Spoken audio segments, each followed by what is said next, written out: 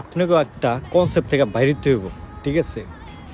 কনসেপ্টটা হচ্ছে যে টাকা আপনাদেরকে ভালো রাখতে পারবো, টাকা আপনাদেরকে খুশি রাখতে পারবো, টাকা দিয়ে আপনি অনেক কিছু কিনতে পারবেন, কিন্তু টাকা থাকলেই যে আপনি খুশি থাকবেন, টাকা থাকলেই যে আপনি ভালো থাকবেন, এটার কোনো গ্যারান্টি নেই।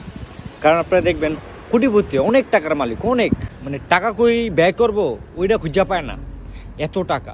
কিন্তু তারাও দিন শেষে দেখবেন কোনো কিছু নিয়ে ডিপ্রেশনে ভুগে ভুগে আত্মহত্যা করে।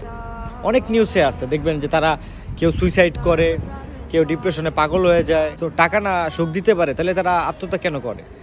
ঠিক আছে, টাকা দিয়ে না সব কিছু কিনা যায়, তাহলে তারা কেন হতাশ, কী নিয়ে হতাশ?